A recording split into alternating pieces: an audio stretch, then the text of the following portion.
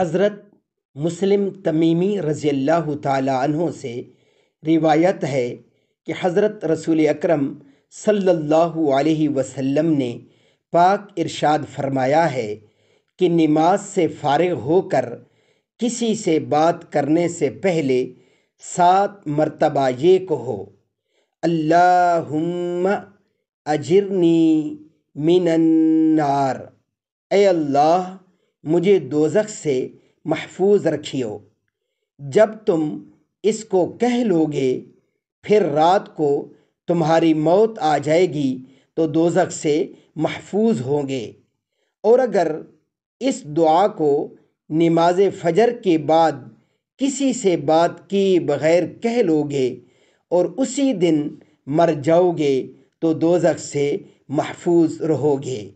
میرے محترم سامعین، ہمیں بھی ان دعاؤں کا اہتمام کرنا چاہیے، بالخصوص نماز فجر اور نماز مغرب کے بعد۔